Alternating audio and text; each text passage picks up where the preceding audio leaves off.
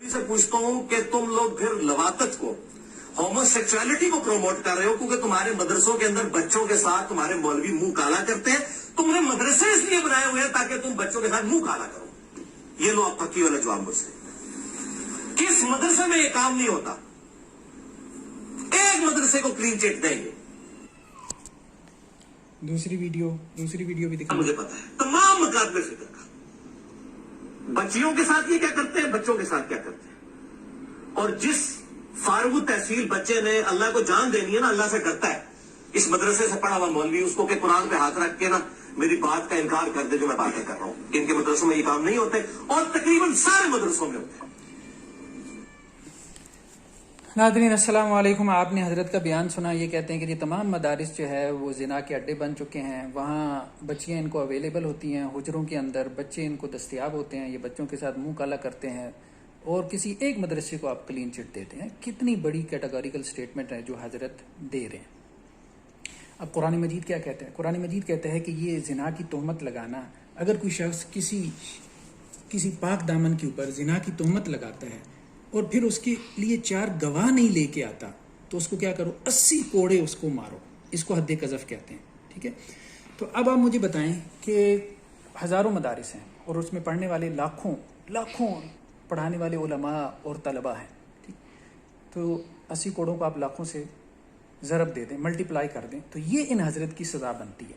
फिर यह है कि अब ज़ाहिर बात है इस्लामी रियासत तो है नहीं, इनको कौन ये सज़ा देगा। अमीरुल मोमिनीन हज़रत उमर होते तो इनको सज़ा ये जारी करते, लेकिन इनको खुशफहमी में नहीं रहना चाहिए। ये हदीस दिखाएं जी, ये इमाम बुखारी अपनी किताब अदबुल मुफरद में लेके आए हैं कि अब्दुल्ला इब्न अब्बास के सामने किसी ने जो है वो किसी लोंडी को या जानिया कह दिया, तो फिर अब्दुल्ला इब्न अब्बास ने कहा कि अगर तुझे दुनिया में हद नहीं लगी तो आखिरत में तुझे हद जरूर लगेगी, किसी खुशफहमी में ना रहो। तो अब अगर इनको उलमा माफ़ नहीं करते, सारी बात है ये तो हुकूकुल इबाद में से है, तौबा करने से तो ये माफ़ नहीं होगा। इन्होंने तो जिना की तोहमत लगाई है, तमाम उलमा के ऊपर लगाई है। किसी मदरसे को कहा कि जी क्लीन चिट दे दे, तो अब अगर वो सब इनको माफ़ नहीं करते, एक एक तालिब इल्म, एक एक उस्ताद, उस वक़्त तक आखिरत में इनके ऊपर जो है ये हद जारी होगी। इसके बाद कुरान मजीद ने क्या कहा कि ऐसा शख्स जो है इसके ऊपर एक तो हद कज़फ लगनी चाहिए, दूसरा उसकी शहादत कभी कबूल ना करें, और तीसरा क्या कि वो फासिक है। अब मुझे बताएं, दीन से बढ़ के क्या शहादत होगी, दीन से बढ़ के क्या गवाही होगी? यानी दीन बताने वाला क्या कह रहा है, अल्लाह और उसके रसूल ने ये बात कही, वो गवाही दे रहे हैं ना, अल्लाह और उसके रसूल ने ये बात कही।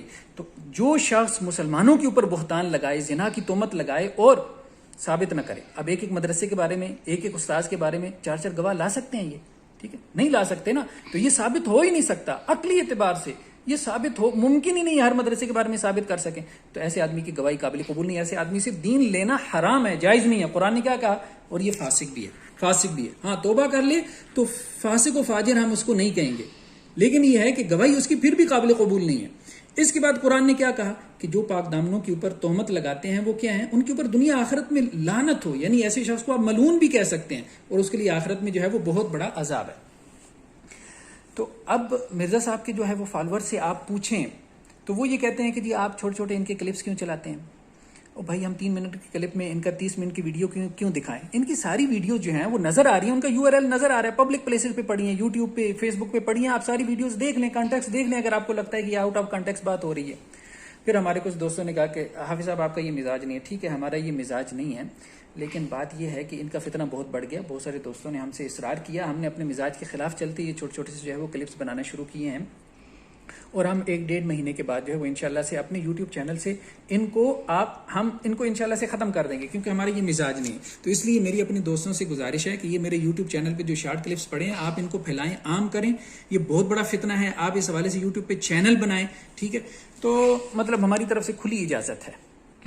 लेकिन ये जिस तरह से ये कह रहे हैं कि जी हाफ़िज़ साहब आप सस्ती शोहरत के लिए ऐसा कर रहे हैं, तो मिर्ज़ा ने सस्ती शोहरत के लिए कादियानियों के हक में जो है वो नरम बयान नहीं दिया। मिर्ज़ा ने जो है वो सस्ती शोहरत के लिए जो है वहाँ पे जाके फ़ोटो सेशन नहीं करवाया, हाथ छोड़ के नमाज नहीं पढ़ाई जो है अहले तशय्यो के यहाँ। मिर्ज़ा ने जो है वो सस्ती शोहरत के लिए हज़रत अमीर मुआविया और दूसरे जलीलुल क़द्र सहाबा के ऊपर लान तान नहीं किया। फिर कहते हैं जी क्या लान तान किया? भाई उनका किताबचा उठा के देखें, वाक़या करबला का हकीकी पस मंज़र, जिसमें हज़रत अमीर मुआविया रज़ी अल्लाह अन्हु को शराबी, हराम खोर, सूद खोर और मतलब क्या कुछ बागी और वाजिबुल कत्ल क्या कुछ नहीं साबित करने की कोशिश की है। अभी तो पार्टी शुरू हुई है, हम इंशाल्लाह से 1-1.5 महीने ये सर्जिकल स्ट्राइक जारी रहेगी, हम ये क्लिप्स बनाएंगे।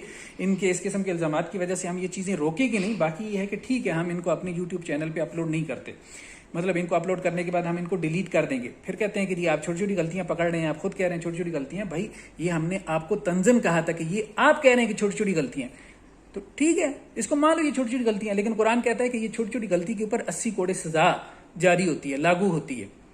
اس سزا کو مانو, قرآن کے اس فیصلے کو مانو. السلام علیکم ورحمۃ اللہ وبرکاتہ.